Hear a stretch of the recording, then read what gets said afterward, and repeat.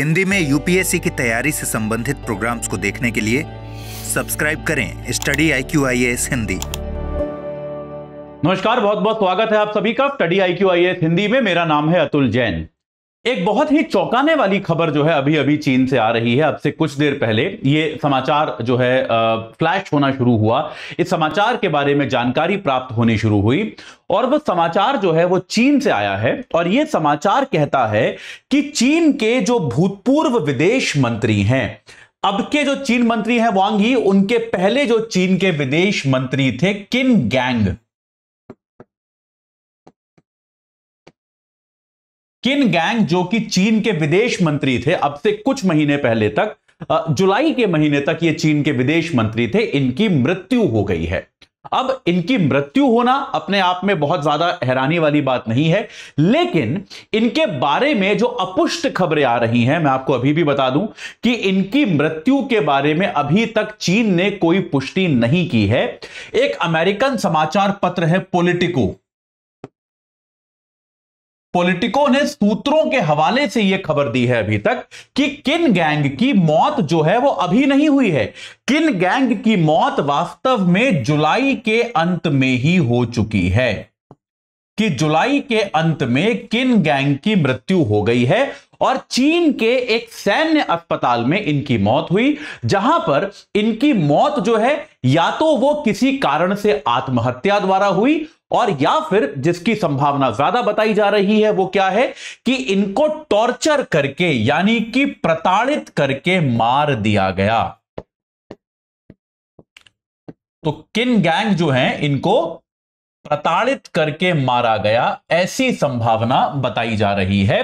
तो एक बड़ा ही, जिसको हम कहते हैं एक मिलिट्री डिक्टेटरशिप, एक सैन्य तानाशाही में जिस तरह से अक्सर एक सैन्य तानाशाह अपने विरोधियों को, अपने जो उसकी सत्ता को पलटना चाहते हैं, आमतौर पे उनको जैसे मारा जाता है, कुछ उस तरह से किन गैंग को मार दिया गया है, किन गैंग की हत्या कर दी गई है। यह खबर जो है पॉलिटिको में आई है। ये उसके बाद इस बारे में रॉयटर्स, जो एक अमेरिका की न्यूज एजेंसी है, एक वैश्विक न्यूज एजेंसी है, उसने कुछ खबरें चलाई हैं, लेकिन अभी तक चीन की ओर से इसकी आधिकारिक पुष्टि नहीं की गई है।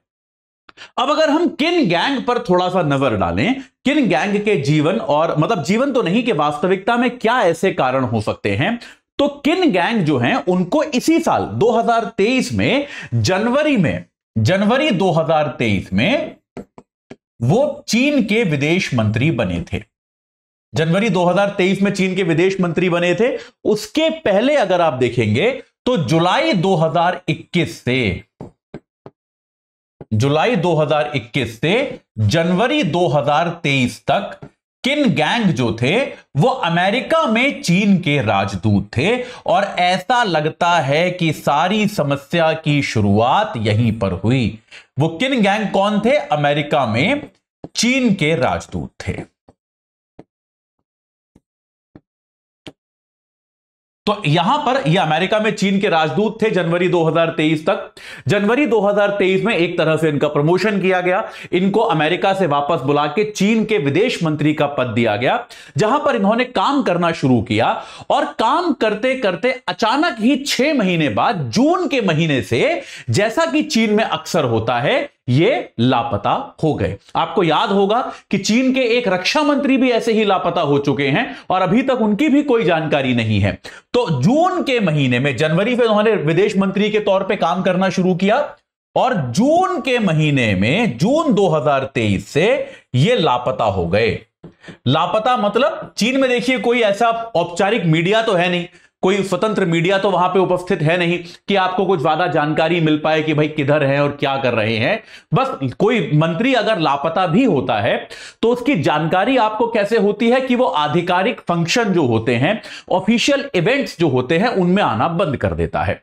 तो क्या हुआ, किन गैंग साहब ने चीन के जो सरकारी फंक्शन थे उन सब में आना एकाएक बंद कर दिया, जिसके कारण इसकी संभावना व्यक्त की जाने लगी कि कहीं इन्हें कुछ हो तो नहीं गया है, या फिर सरकार ने इनको पद से हटाकर इन्हें कहीं भेज दिया है, दूसरी जगह इनको प्रेषित कर दिया गया है।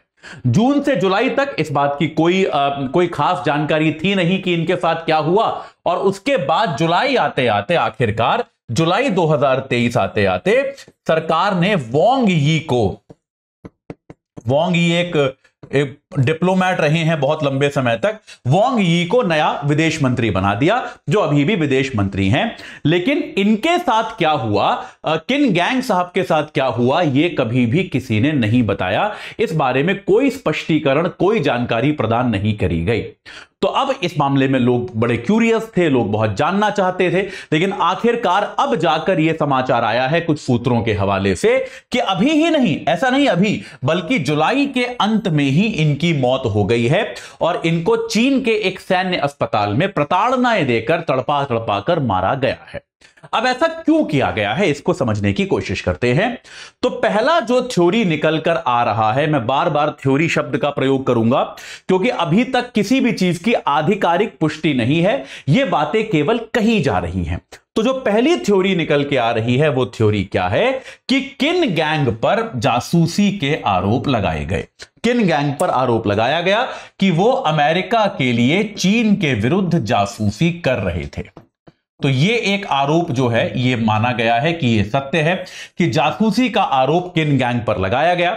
और इस जासूसी की शिकायत, ये कहा जा रहा है कि इस जासूसी की शिकायत जो है वो रूस ने चीन से की। रूस ने चीन से शिकायत की कि भाई आपके जो विदेश मंत्री हैं वो और उनके साथ कुछ अन्य लोग क्या कर रहे हैं, चीन के कुछ सीक्रेट, चीन के बारे में कुछ जानकारी जो है, गोपनीय जानकारी, जो एक विदेश जो कि एक एम्बेसडर के तौर पे, उस समय विदेश मंत्री नहीं थे, माफ कीजिएगा, उस समय एम्बेसडर थे, उस समय राजदूत थे। तो राजदूत के तौर पे कुछ जानकारी जो है इन्होंने अमेरिका को प्रदान की है और विदेश मंत्री बनते हुए भी ये एक तरह से अमेरिका के मोल है, अमेरिका के एजेंट हैं और अमेरिका के लिए काम कर रहे हैं। ऐसा आरोप जो है किन गैंग पर लगाया गया और यह कहा जा रहा है कि यह आरोप, यह शिकायत जो है यह आधिकारिक तौर पे रूस की सरकार ने चीन से की थी। जिनपिंग साहब से यह शिकायत जो थी यह रूस ने करी थी। उसके बाद कई और तरह के आरोप सामने आए, जैसे किन गैंग पर आरोप लगा कि जब ये राजदूत थे, जब ये अमेरिका में राजदूत थे, तो उनके एक महिला से विवाहेतर संबंध थे।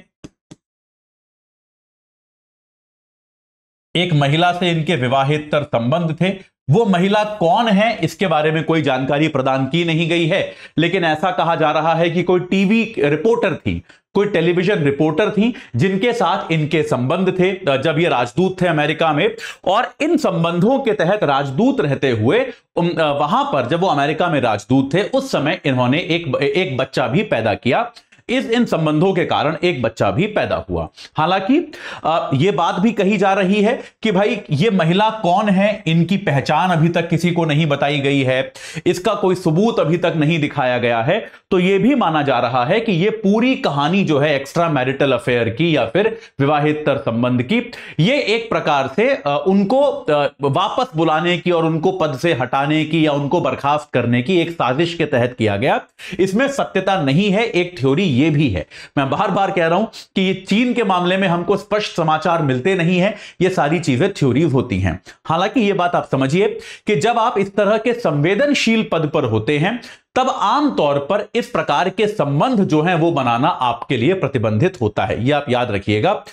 जैसे अगर आप भारतीय विदेश सेवा के अधिकारी हैं या फिर आप भारत के भी सैन्य अधिकारी हैं और आप किसी दूसरे देश में पोस्टेड हैं, तो किसी दूसरे देश की महिला के साथ संबंध स्थापित करना आपके लिए भी वर्जित होता है, क्योंकि ऐसा माना जाता है कि आपके पास संवेदनशील जानकारी है और जिसकी सुरक्षा बहुत महत्वपूर्ण है। तो इस तरह से आपको एक प्रतिबंध आप पर लगाया जाता है कि इस प्रकार के संबंधों में आप नहीं जा सकते। तो खैर, तो ये एक आरोप इन पर लगाया गया और ये कहा गया कि भाई जब ये चीन में आके विदेश मंत्री बन गए उसके बाद इन आरोपों की जांच शुरू की गई, इन आरोपों की जांच शुरू की गई और ये माना जा रहा था, ये कहा जा रहा था कि गैंग साहब जो हैं ये इन आरोपों की जांच में पूरा सहयोग कर रहे थे, ये आरोपों की जांच में सहयोग कर रहे थे और किसी प्रकार का उसमें कोई अड़चन अवरोध नहीं डाल रहे थे।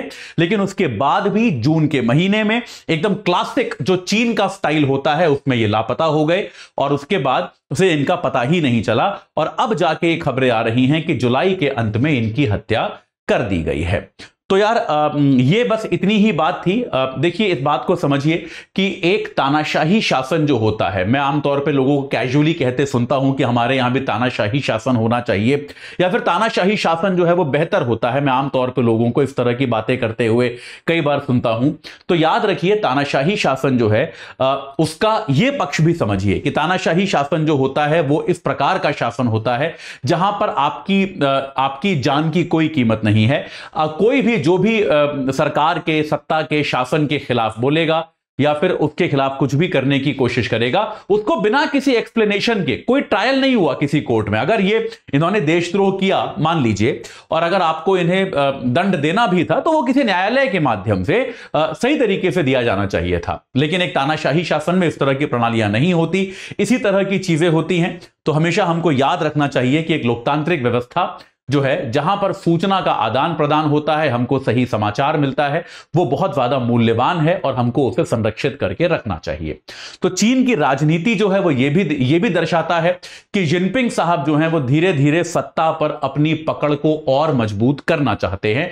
वो ऐसा कोई भी मामला, ऐसे किसी भी व्यक्ति को अपने आसपास अब बर्दाश्त नहीं करना चाहते जो पूरी तरह से उनके कहने में नहीं है या फिर जो उनके आदेश या उनका जो भी एक स्तर है सरकार चलाने का उसके अनुकूल नहीं है। तो जिनपिंग साहब की पकड़ इतनी मजबूत है इस समय चीन में कि एक विदेश मंत्री जैसे पद पे बैठा हुआ व्यक्ति गायब हो जाता है, उसकी हत्या हो जाती है और किसी को कानो कान खबर नहीं होती है। तो ये बहुत ही चौंकाने वाला समाचार था जो हमको आज मिला, यही मैंने आपको आगे बताया। इसमें आगे कुछ भी अगर अपडेट होता है तो मैं आपके सामने निश्चित तौर पर उसको लेकर आऊंगा। लेकिन जाते जाते मैं आपको जल्दी से बता दूं कि भाई हमारा P2I बैच जो है, स्टडी IQ IAS का P2I बैच जो है वो हिंदी माध्यम में, हिंदी मीडियम में शुरू हो रहा है 14 दिसंबर से। शाम को 6 बजे वाला बैच है। डेली 3-3.5 घंटे की क्लास मिलेगी आपको, नोट्स मिलेंगे, मेंटोरशिप मिलेगी, टेस्ट सीरीज मिलेगी, प्रैक्टिस क्वेश्चंस मिलेंगे। प्री क्लियर करोगे तो ऑफलाइन तैयारी मिलेगी मेंस की, फ्री ऑफ कॉस्ट, कोई अतिरिक्त पैसा नहीं होगा उसका।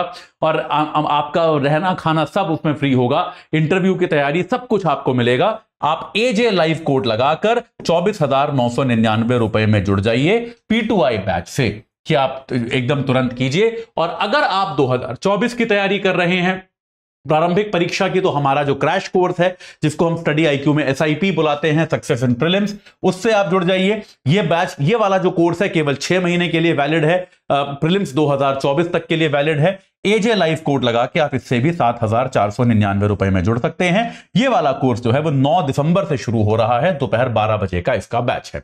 इनमें से जो कोर्स आपको सूटेबल लगे, अगर आप 2024 की तैयारी कर चुके हैं और उसका रिवीजन और एक बार अच्छे से सॉलिड तरीके से पढ़ना चाहते हैं, तो ये आपके लिए SIP है। अगर आप 2025 ऑनवर्ड्स एग्जाम देना चाहते हैं तो इस बैच से ना जुड़ें, फिर आप हमारे P2I बैच से जुड़ें। जो बैच आपको सूटेबल लगे उसके साथ तुरंत जुड़ जाइए और अपनी तैयारी को एक सही आकार, सही आकृति प्रदान कीजिए। इस सत्र से जुड़ने के लिए आप सभी का बहुत बहुत धन्यवाद। हिंदी में UPSC की तैयारी से संबंधित प्रोग्राम्स को देखने के लिए सब्सक्राइब करें स्टडी IQ IAS हिंदी।